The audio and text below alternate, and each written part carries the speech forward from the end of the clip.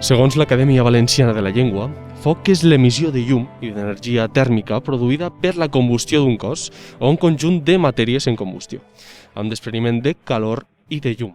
Foc també és la descàrrega d'una arma o d'una ordre per a disparar. David Meseguer, benvingut a Torn de Paraula. Hola, moltes gràcies. El Mediterrani és aigua o és foc? Jo crec que són les dues coses. Vivim a la riba d'una mar molt gran i, òbviament, molta gent viu del que ens dona el mar, però després també és foc, perquè, per exemple, al llarg de la Mediterrània hi ha diferents conflictes dels quals moren gent i que finalment aquesta gent acaba, en alguns casos, morint a la Mediterrània i, per tant, com dic, una mica és la sinergia d'aquestes dues coses.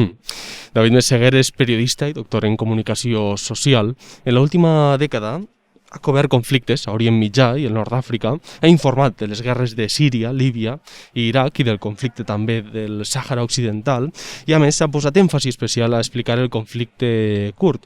En relació amb aquest, ha escrit el llibre Respirando Fuego, amb Carlos Zurutuza també. Actualment és coordinador del Diari de Barcelona.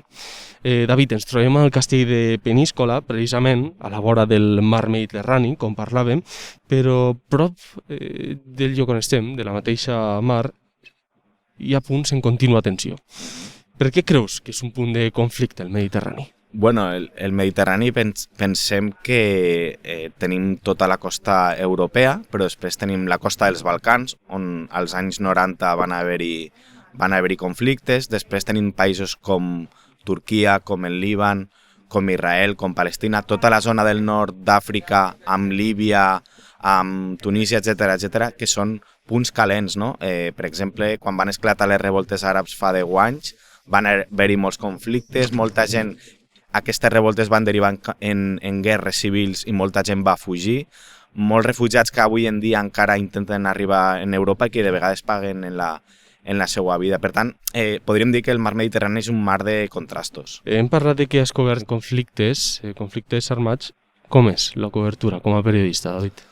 Jo crec que és, primer de tot, bastant vocacional, perquè avui en dia, per motius econòmics no ho fem, ja que la indústria dels mitjans de comunicació està una mica difícil la cosa, però és vocacional en el fet d'intentar fer una mica vocació de servei i de contribuir mínimament a denunciar violacions dels drets humans, situacions de desigualtat, i per tant jo crec que hi ha molt de vocacional, no? És a dir, també té la part de, en certs moments, poder ser un testimoni en directe de moments que són història, no? Que són a nivell històric importants, que canvien cursos de països, que derroquen governs, etc., i per tant, a nivell vivencial, òbviament, també és molt important. Voldria fer èmfasi en això, sobre la vivència sobretot, i és que entenc que estar en un conflicte, no? Estar en una situació d'aquestes, genera situacions d'impacte. Quines són les sensacions a posteriori? És a dir, una vegada tornes, no?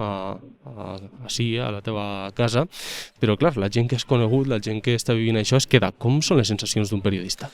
Clar, tens una barreja de sensacions, no? Per una part, igual que els passa, òbviament, a la gent que pateix una guerra, en el cas dels soldats, el famós síndrome de postestrès posttraumàtic, no? I després també això ho pateix la gent de la guerra, els militars, però després també els informadors, els periodistes, quan tornem a casa, òbviament, no podem desconnectar de tot allò que hem viscut, de tota la gent amb la qual hem parlat, i te crea aquesta sensació de, ostres, jo ja he tornat a la seguretat i a l'estabilitat de la meva casa aquí a Europa, però després aquella gent que has conegut segueix vivint allà, no? I per tant, a nivell emocional és difícil moltes vegades de gestionar això, i a nivell de salut mental jo crec que cada periodista té una mica els seus recursos, però òbviament de vegades va bé parlar el que has viscut, no? És a dir, explicar-lo, parlar ja siga amb familiars, també amb col·legues de professió que potser t'entenen una mica més, és a dir, al final compartir les experiències i sobretot no quedar-te tu a dins, no? Quina és l'opinió del teu entorn elegir una vocació com aquesta, David? Bueno, òbviament ho entenen i ho respecten, i més quan saben, o sea, saben que és la teua vocació, la teua passió, i per tant el mínim que t'exigeixen és que com a mínim informes tot el possible en el sentit que no es deixi sense informació, no? És a dir, quan marxes a cobrir un conflicte, doncs en la medida del possible cada dia dir, ei,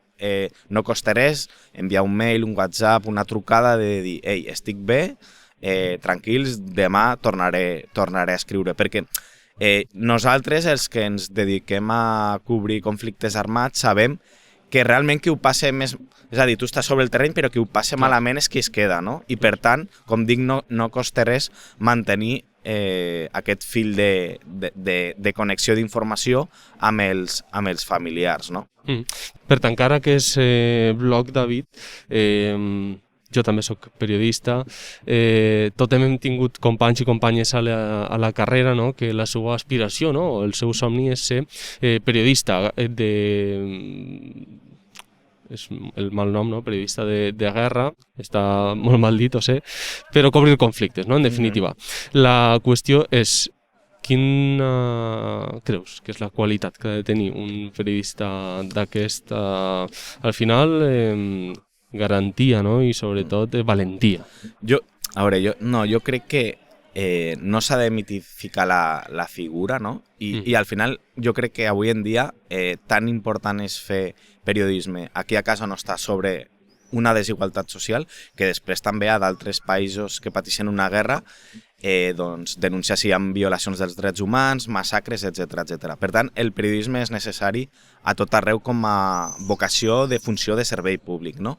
I després també una mica si volem dir com a qualitats, jo crec que sobretot s'ha de tenir molta empatia amb la gent, perquè al final nosaltres simplement hem d'anar als jocs per explicar la situació de la gent que viu aquest tipus de situacions, no? I per tant ser molt empàtic amb la gent, saber... O sigui, el factor humà és superimportant, i després també a nivell, podríem dir, de formació, perquè quan cobrissis un conflicte, conèixer les raons per les quals està passant allò, és a dir, el context, és superimportant, i per tant tenir molt de vocació de saber a nivell històric, a nivell geopolític. És superimportant estar ben informat, perquè també en una guerra, per exemple, la propaganda està molt present, no? Dels diferents bàndols enfrontats, i per tant, com dic, el fet de conèixer la història, la geopolítica per contextualitzar, informar de la millor manera possible és molt important.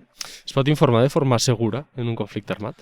El risc zero no existeix. Sí que es poden minimitzar els riscos, no? És a dir, si tu saps on estan els fronts de guerra, saps quines zones són més perilloses, doncs pots calibrar de dir, mira, jo potser un fotoperiodista sí que necessita estar al front de guerra per treure determinades imatges, però després, per exemple, molts cops les millors històries, si tu ets un redactor o fins i tot per a un equip de televisió, moltes vegades les millors històries estan a la retaguarda, no? A 30 o 40 quilòmetres del front de guerra, on estan els hospitals, on està la població civil que pateix la guerra i que s'ha hagut de desplaçar al front de guerra. Molts cops allí estan les millors històries, no? I per tant, com dic, es pot mesurar el risc, i també avui en dia no hi ha cap història que valga la pena arriscar amb la teua vida, no? I com dic, podem mesurar, però òbviament el risc zero no existeix. De vegades molts periodistes no moren o per una bomba o per un atac de l'aviació, sinó, per exemple, en un lloc de guerra que de vegades les infraestructures estan molt deteriorades, doncs hi ha molts periodistes que han mort en accidents de trànsit. Com hem explicat al principi, has fet èmfasi especial a explicar el conflicte kurd, d'aquí sorgeix Respirando Fuego, que has escrit junt al company Carlos Zurutuza, en las entrañas de la lucha kurda por la supervivencia. Si em permets, David, et diré que una de les conclusions que he tret jo del llibre és que sempre davant les armes, davant la política, sempre estan les històries humanes, no? Que al final és l'essència del llibre. Com va ser escriure aquest llibre? Explica'm un poc el procés, perquè no és un procés ràpid. No, el llibre és el fruit en el meu cas, de 10 anys de cobertura del conflicte kurd, però en el cas del meu company Carlos, ell porta més de 20 anys cobrint el conflicte, no? I els kurds és la major nació sense estat, són 40 milions de persones dividits principalment entre Síria, l'Iraq, l'Iran i Turquia, i fa moltes dècades que reclamen els seus drets com a minoria, no? Sobretot quan se n'ha començat a parlar molt, nosaltres ja portàvem temps informant sobre els kurds, però quan se'n va començar a parlar i potser molta gent els va conèixer, sobretot va ser amb l'esclat de la guerra síria i la lluita contra l'estat islàmic, contra organitzacions terroristes de tipus jihadista, no? I els kurds han estat i són encara com la primera línia de lluita contra el jihadisme, no? I a partir d'ahir molta gent i molts mitjans de comunicació en van començar a parlar. Clar, nosaltres ja a 2014, en plena lluita contra l'estat islàmic, teníem la idea de fer el llibre, però vam dir, el que està passant aquí encara li queda molta corda, encara han de passar moltes coses, esperem. I a finals del 2018 vam dir, ostres, per què no recopilem tot el que portem anys cobrint en un llibre? Pensem que els mitjans de comunicació moltes vegades, malauradament, estem limitats per el temps o per l'espai, no? És a dir, en un programa de televisió o ràdio tu tens X minuts per a fer una peça informativa, i després un text ja siga d'un diari imprès o digital exactament el mateix. Per tant, vam dir, ostres, tota la informació que hem recopilat i a part poder aportar algunes experiències personals nostres, reflexions, com arribem als jocs, explicar una mica què hi ha darrere de com es fa aquest tipus de periodisme, doncs vam dir que el lloc ideal per explicar això era un llibre, i aquí va sortir Respirando Fuego. També hi ha protagonisme, pel que ens ha tocat de prop, guardant les distàncies, l'estat islàmic. Com creus que ens ha afectat? És a dir, per què ha generat tanta por? Evidentment els atentats estan ahí, però tu també que ho has viscut de primera mà, in situ, com el definiries? El terror que sembren és tan gran com el que sembla, sí?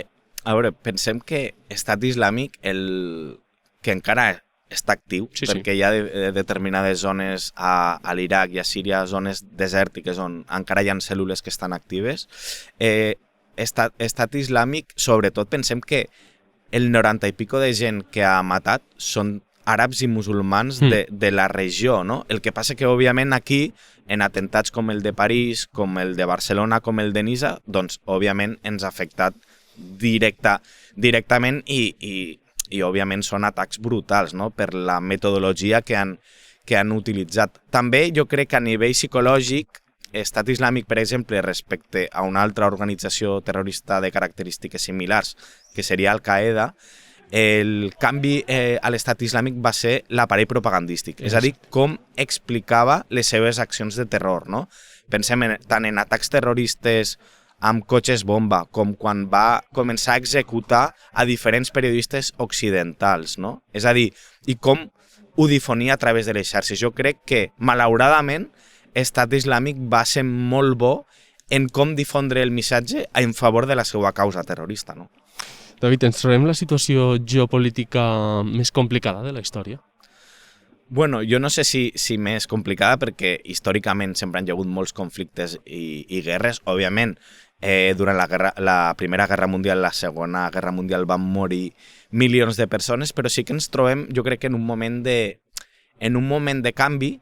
I, per exemple, les últimes dècades vam estar bastant acostumbrats a la Guerra Freda, no? A dos blocs, però ara el paper de Rússia ha canviat, hi ha països emergents com la Xina, després també països com Turquia que volen tenir un rol actiu a l'Orient Mitjà. És a dir, el panorama mundial ha canviat i, òbviament, això també provoca molta inestabilitat a diferents zones del planeta, no? En les últimes setmanes hem rebut molta informació constant sobre Ceuta, per exemple, o també sobre el conflicte entre Palestina i Israel, David. La infoxicació en aquests temes, sobretot per xarxes, és brutal. És a dir, rebem molts d'estímuls. A quins mitjans recomanes acudir en aquestes situacions per entendre bé la situació? Bueno, jo fa És a dir, hi ha mitjans de molts tipus i molts per escollir, però jo crec que avui en dia es pot fer un mix pel que fa a diferents fonts d'informació, no? És a dir, jo, per exemple, en conflictes com els de Palestina i Israel posaria molt de relleu i èmfasi en la figura del corresponsal, no? Pel que fa a mitjans internacionals, no? Perquè és una persona que viu allà, que coneix molt bé el que parlàvem abans del context, la història del lloc, com ha evolucionat tot, i per tant crec que aquesta figura s'ha de posar de rellevància, no? Per tant, pensem també que molts d'estos corresponsals, a banda de consultar la informació que fan per als seus respectius mitjans de comunicació. Després també avui en dia la gran majoria de periodistes són molt actius a les xarxes socials i moltes vegades complementen la informació que fan als mitjans amb informació a les seves xarxes socials, no? Als seus perfils, i per tant crec que també és una molt bona font d'informació. Clar, nosaltres també posant una mica de rellevància el paper dels periodistes, no és el mateix a priori una informació que consultarem a un mitjà de comunicació. Òbviament tots els mitjans de comunicació tenen una línia editorial, tenen uns interessos, però la gent que hi ha al darrere i que està treballant com a periodista ha tingut una formació com a periodista de com tractar aquella informació, de com buscar les fonts d'informació, per tant se li ha de donar credibilitat a la informació que fan els mitjans, no? En canvi, doncs, n'hi ha moltíssims perfils a diferents xarxes socials que simplement pensem que moltes vegades potser aquell compte té una funció propagandística i de llançar un missatge concret per afavorir alguna de les parts que té interès en aquell conflicte, no podríem dir. I per tant jo crec, com deia, que és una mica buscar un equilibri, saber on anar entre mitjans de comunicació i també, en aquest cas, corresponsals. Algun nom propi?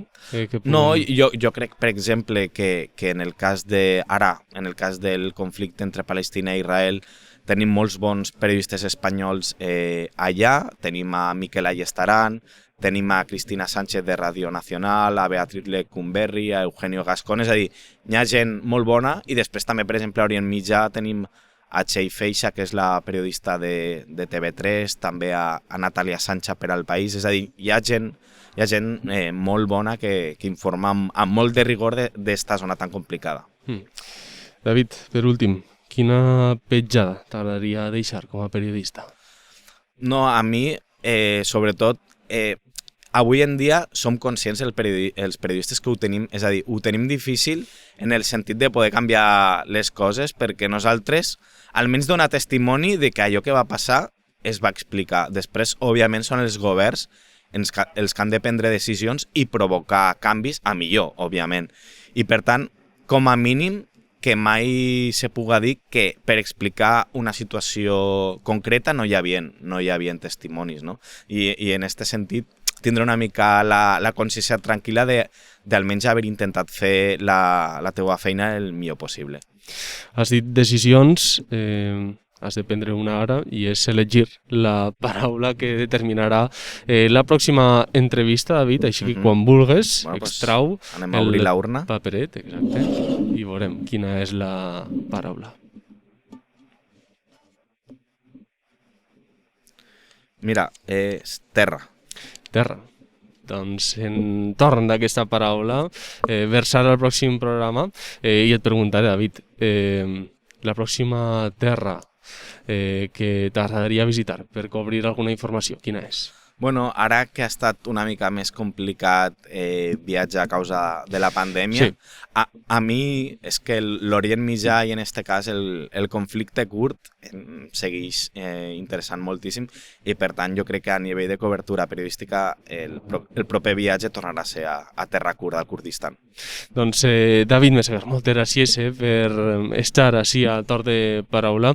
La teua tasca, òbviament, la humilitat que transmets està ahí, però jo crec que com a periodista t'admiro, perquè la feina que has fet també, sobretot per fer èmfasi en el periodisme escrit, que moltes vegades el condenem a la mort i veiem que la realitat és ben distinta, perquè hi ha molts periodistes que li doneu valor a aquest periodisme, no vaig a dir clàssic, perquè també és el futur quan s'expliquen les coses com cal, en context, i de la forma que tu fas. Així que moltes gràcies, David. Moltes gràcies a tu. Adeu.